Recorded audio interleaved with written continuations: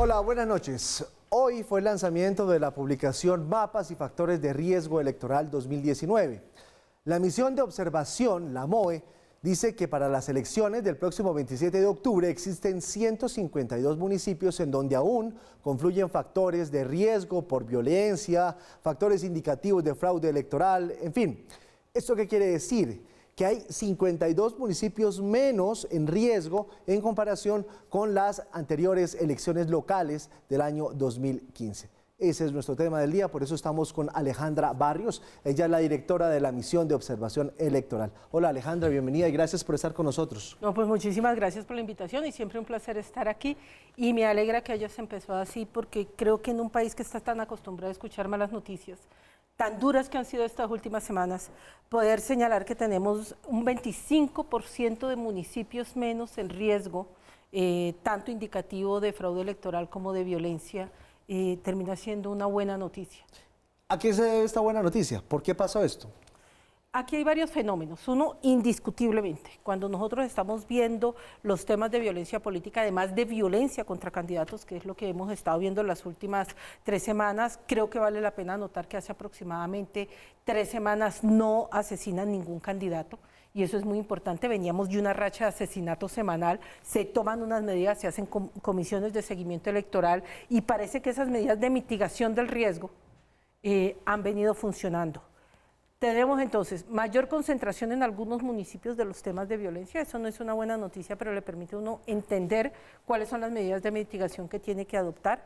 Indiscutiblemente, tener hoy una organización política y no un grupo guerrillero, quita la presión en el suroccidente del país, que era donde nosotros teníamos la mayor cantidad de riesgos, porque lo que pasaba normalmente en elecciones era que se llamaba paro armado, los candidatos no podían salir a hacer proselitismo electoral, no se permitía que los ciudadanos pudieran participar en elecciones de manera tranquila, entonces teníamos niveles de participación muy bajitos en el suroccidente del país.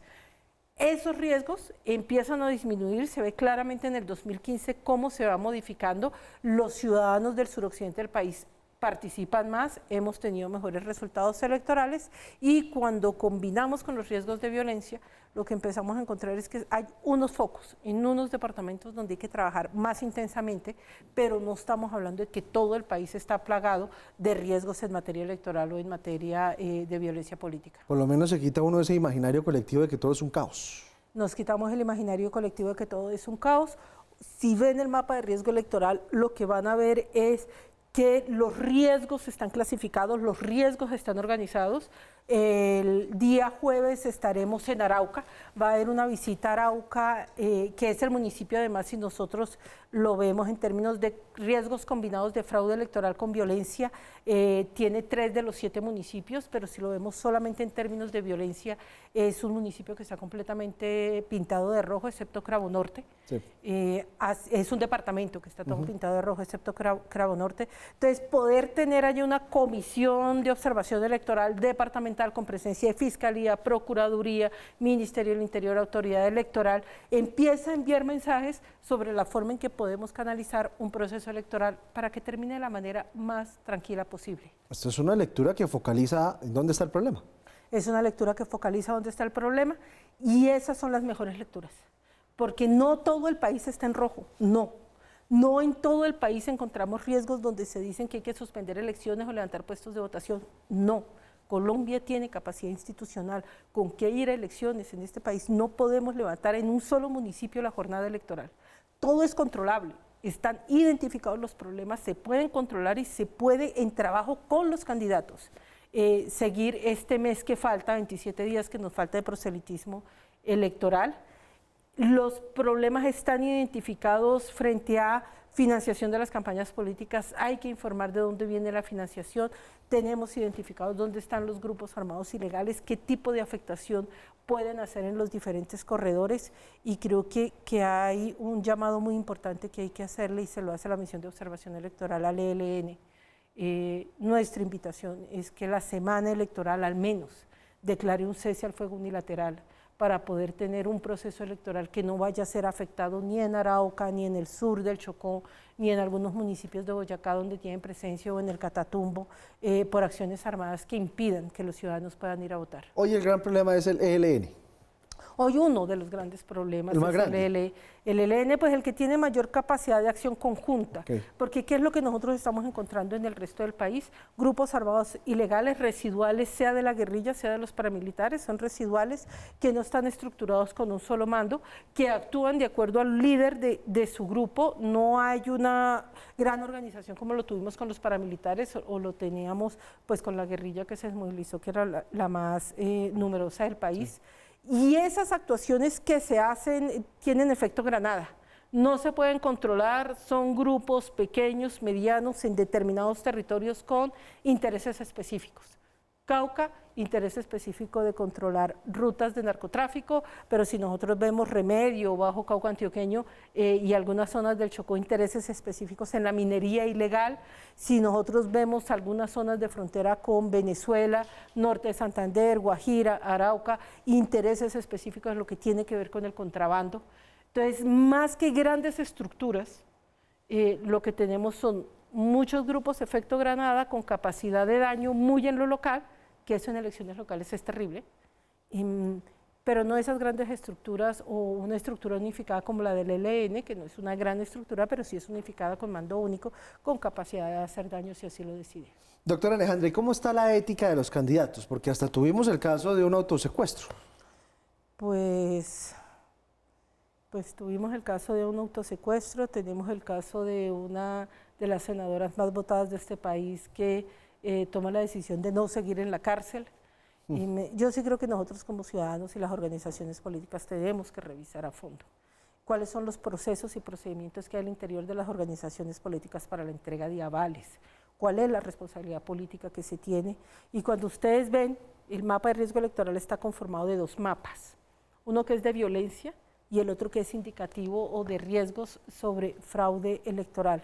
Cuando uno ve el mapa indicativo de fraude electoral, ya no estamos haciendo las fiestas de los 152 municipios. Ya estamos hablando de 462 municipios. Aumentó. Claro, cuando hablamos solo y exclusivamente del tema de fraude, ojo, la relación que tenemos los ciudadanos y quienes se postulan a los cargos no es una relación que está basada en la calidad de la democracia, de la participación ciudadana, del control político.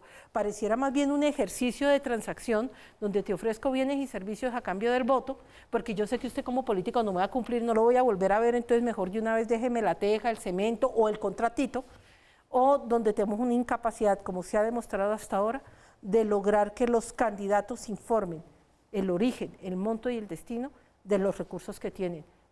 Menos de 117.000 candidatos, tenemos alrededor de 1.000 candidatos que han dado esa información muy pobre, sin capacidad de trazabilidad, en un país con narcotráfico y con diferentes economías ilegales, es una caja negra. Baja la violencia, sube la corrupción. Baja la violencia y queda puesta más bien al descubierto la corrupción, porque hay una pregunta válida y es que ahora hay más corrupción que antes. Lo que nosotros... Pues eso dicen las cifras, sí. Pues lo que nosotros estamos viendo es que ahora hay más posibilidad de develar la corrupción. ¿Y eso por qué se da? Yo creo que tiene que ver muchísimo con las redes, con las nuevas tecnologías, de las tecnologías de la comunicación. Lo que vimos en Bolívar frente al tema de Blel, que es una grabación de unas llamadas de celular que se pueden transmitir, ¿por qué? ¿Por dónde? A través de las redes. O sea, la sanción social sí está funcionando. Pues nosotros esperamos que la sanción social funcione, porque cuando uno viene en un municipio como Cartagena de tener 11 alcaldes, cuando es la tacita de oro de Colombia, la que todos volteamos a mirar, o cuando vive uno en un departamento como La Guajira, que elige y vuelve y elige a través de atípicas gobernadores y pareciera que nada pasa, o volteamos a mirar municipios del Chocó con unos graves problemas de administración pública, de pobreza, pues indiscutiblemente aquí la pregunta tiene que pasar por cuál es la calidad de los candidatos que los partidos políticos nos están poniendo en conocimiento de los ciudadanos. ¿Hay alguna escuela internacional, algún ejemplo de nación donde ese tipo de candidatos tengan una escuela, exigencia, parámetro, para que el ciudadano de pronto se sienta representado por gente de mayor calidad?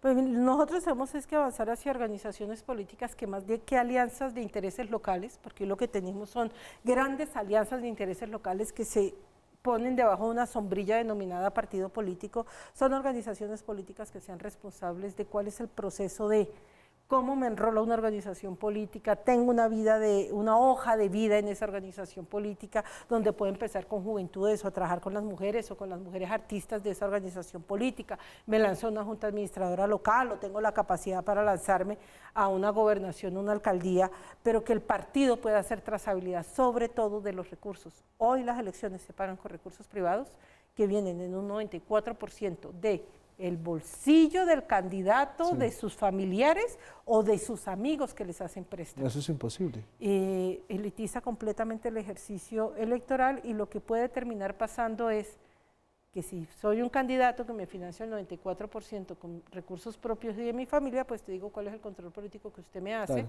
para esto me lo pague yo, me lo gane yo y me pertenece y deja de ser una función pública y terminas poniéndola al servicio de los intereses particulares de quienes financiaron esa inversión. ¿Le gusta la financiación por parte del Estado de las campañas? Nosotros tenemos que poder avanzar, así sea por 8 o 12 años, en una financiación netamente estatal. Colombia tiene una gran cantidad de recursos y cuando ustedes ven el mapa, vemos en el mapa que nuestros riesgos electorales tienen una cortina de fondo que son las economías ilícitas. ¿Dónde hay economías ilícitas? Donde hay economías ilícitas, tenemos grupos armados ilegales. Y en esas zonas donde tenemos grupos armados ilegales, es donde precisamente se ha dado el asesinato de líderes políticos, sociales y comunales. Porque lo que interesa en esos territorios, y son 152 municipios donde estamos diciendo, ojo, es que no sea el Estado el que pueda gobernar, no sea la institucionalidad democrática, sino poderes de facto que están interesados en o ampliar fronteras para las economías ilegales, o se sabe que van a ser polos de desarrollo económico legal, pero entonces me interesa el POT y poder manejar el POT. Y si no, volteemos a mirar lo que está pasando en Cundinamarca con el negocio que se volvió, sí, el POT en sí mismo por el uso de la tierra y los recursos que eso implica. ¿Usted cree que cuando usted presenta estos mapas, además una tarea fabulosa, los jóvenes que quieren ser políticos se van a echar para atrás y van a decir, pero para ser político aquí como para qué? No, lo que nosotros esperamos es que no se echen para atrás, que es para qué, para lograr cambios. Cuando veo a los muchachos que salen indignados porque ven temas de corrupción. Es que eso es un informe que, bueno, arrancamos bien, pero terminamos achantados. No, pero yo creo que sí hay mayores posibilidades de control en la medida en que nos articulemos entre las instituciones, organizaciones de la sociedad civil que conocen y tienen presencia en las regiones y las campañas políticas y los partidos. ¿Yo, ciudadano, qué puedo hacer? No, puede hacer muchísimo. Primero, como ciudadano, cualquier tipo de anomalía, irregularidad, no está seguro si eso que está viendo le parece bonito, le pedimos que nos lo informe a la misión de observación electoral, que nos lo envíe a pilasconelvoto.com y nosotros inmediatamente empezamos a hacer seguimiento al caso con las autoridades. La MOE no es autoridad, es una organización, sí, de la sociedad civil. Una segunda gran responsabilidad, en redes, debatir en redes con altura. Que esa es como la que funciona, porque uno pone la denuncia, pero de ahí a que pase algo. No, nosotros hacemos seguimiento, digamos, a nosotros dependiendo de la calidad de la información que llega, y aquí se va a poner un ejemplo. Recibimos una información por Twitter, Facebook, sí, o no importa, en Pilas con el Voto. Señores, @MOE Colombia, se están robando las elecciones en Bogotá. Ajá. Y señores, @MOE Colombia.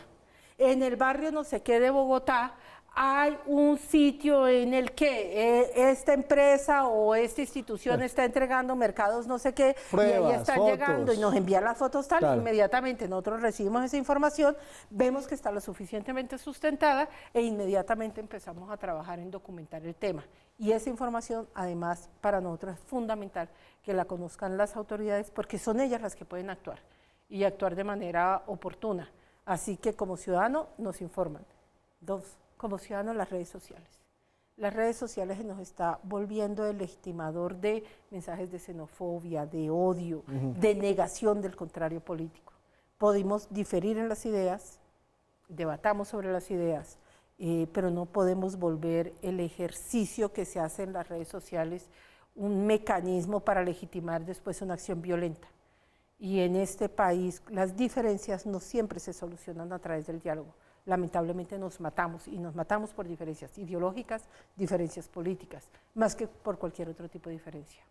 Ahí lo tienen ustedes. De verdad que el mensaje es que todos podemos participar y ser parte de este gran equipo que tiene la MOE, denunciando y avisando cualquier irregularidad que veamos. Todos tenemos que ser aliados para que este ejercicio político que viene salga bien.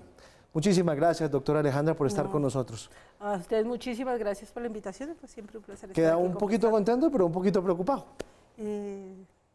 Quedémonos con el poquito contento y con mucha acción para aquello que nos preocupa. Muchísimas gracias por su informe. Vamos ahora a conectarnos con el set de Redman Noticias. Vamos a hablar de la noticia del día, la fuga de Aida Merlano. Una increíble, insólita fuga. Antes las imágenes internacionales del día, ya me encuentro con Paula García y con Carlitos Salas en el set de Redman Noticias. Nos vemos en un minutito.